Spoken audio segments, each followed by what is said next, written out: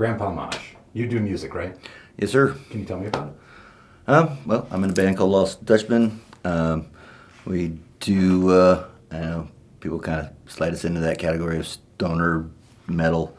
We like to think of it more like a heavy desert rock. We're from Phoenix, so we like the, we like the desert. We like to, showcase that in our music. What was your band called again? Lost Dutchman. The Lost Dutchman. Mm-hmm. And you guys play only in Phoenix, or do you travel? At the moment, we've been mostly in Phoenix. We are planning to travel out. We'd like to be at least a national act, looking to be an international act. So. Great. So your style, you said, is something like desert rock, that people said you're in that category? Yeah. Can you describe that? I think most people don't know what that is. Let's see, bands like Caius or Queens of the Stone Age.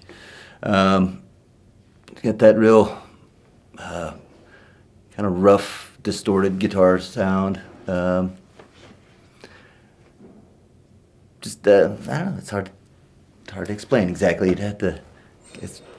If you heard it, you'd know it, I guess. Got it. How did you get into that style? How does that resonate with you? Well, I grew up on punk rock, metal, and hip hop. A child of the '80s, and Black Sabbath being the band that kind of started it all with heavy metal. We kind of saw a resurgence of that in the '90s. A lot of bands started kind of drifting back toward that sound, and bands like Corrosion and Conformity and Sleep, and started kind of doing that. And Caius was coming out of Eastern California, and they kind of had that sound along with just the desert rock sound. They kind of there was a lot of bands that came out of that. I guess Palm Springs, Fernand Palms area, and they just had a great scene out there. And it kind of spread throughout the desert out this way, really. These, I guess, basically back in the day, they would do these generator shows and just go out in the middle of the desert and throw a big party, and that was powered by generators, and just have bands out there and out in the middle of nowhere, which we're talking about bringing some of that back too. So. Some like impromptu music festivals. Exactly. So you want to do that? Yeah. Would you get lots of bands to do it, or just you? That's it would be the plan. Yeah, to get as many as possible.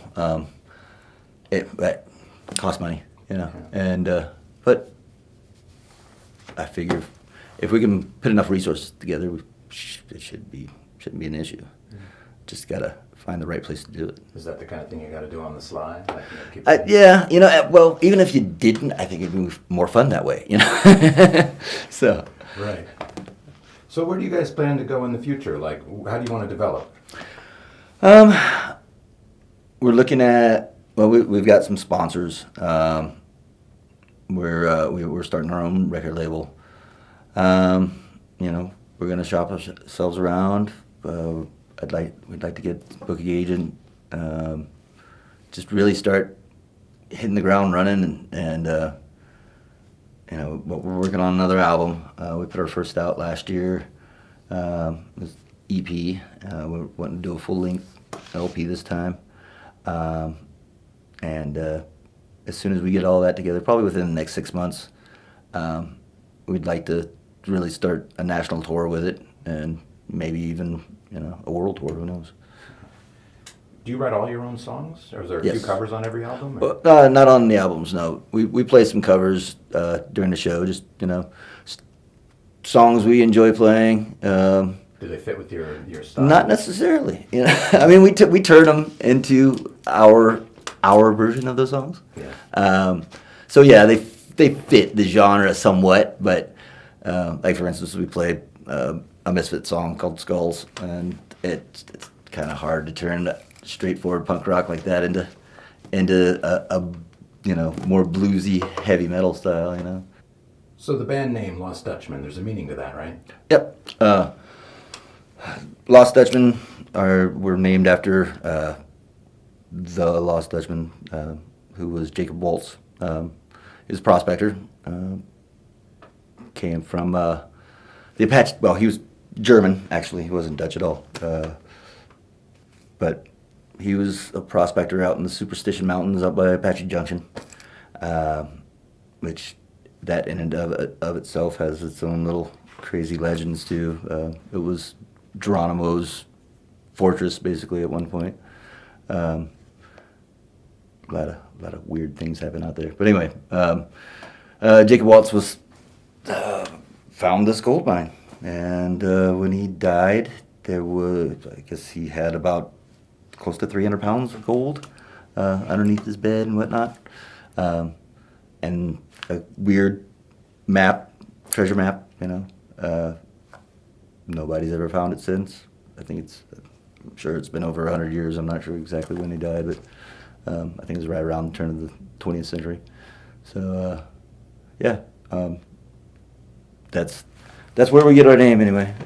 Is it that feeling of mystery that you connect to in the name? That and the Superstition Mountains are a big kind of force for us in a sense. Like I said, there's a lot of weird stuff happens out there. There's been a lot of decapitated bodies, a lot of weird like eviscerated cattle, and UFO sightings, and people disappear out there all the time, and like Ben, the guitar player in the band, he refuses to spend the night out there, and so we like to go out there, or get some photos and whatnot. It's kind of got its own energy out there. It's really really cool. Oh, back to you personally. Mm-hmm. You also do tattoo art, right? Mm-hmm. Can you tell me a little bit about that? Well, I was lucky enough to learn from a guy named Frank McKeska. Frank apprenticed under Zeke Owen. Zeke is basically credited with bringing Asian style or Japanese style tattooing to the States. He was a big name back in the 60s, especially him and Sailor Jerry were partners. Ed Hardy both learned how to, or both the Sailor Jerry and Zeke taught Ed a lot of things. And then Frank, when he came along, he just a phenomenal portrait artist. He took me under his wing, and I'd gotten a car wreck. I drew all my life, and I got a car wreck and tore my rotator cuff, and I couldn't. An archaeologist at the time, and I couldn't dig. And so he's like, hey, why don't you apprentice tattoo with me? And most people would he'd charge a big chunk for the apprenticeship. For me, he just took a percentage of my, what I made. So which the shop took some, and he took a minimal amount really. For the first 3 months it was about 10%, and then dwindled down to nothing in the next couple months after that. But great guy. Yeah, he helped me out a lot. Loved him. Still love him. But yeah. My personal style tattooing, I tend to lean more toward the traditional, old school stuff, and just from growing up around bikers, a lot of the biker style stuff. But yeah, once you start doing it, it's there. It's in your blood, kind of. Back to the archaeology thing. So you're an archaeologist also, right? I've got a bachelor's degree in well, technically it's anthropology with an archaeology emphasis from the University of Montana. And you were actually working as an archaeologist for a while. Yep. Yeah, I was out in the field for probably close to 15 years. Yeah. So from archaeology to tattoo art to music. Right. Well, music's been there the whole time. Yeah. Music was there. Like I said, my first band was when I was 13, and then I guess my next band I was in was short-lived. Some good friends of mine, actually, Rachel's husband Colin was in that band, a band called Socialized Hate out of Great Falls, Montana, and it was short-lived. I was young and I had too much of an attitude, but and then came back and I went in the Navy and came back and started a band again, and gosh, there was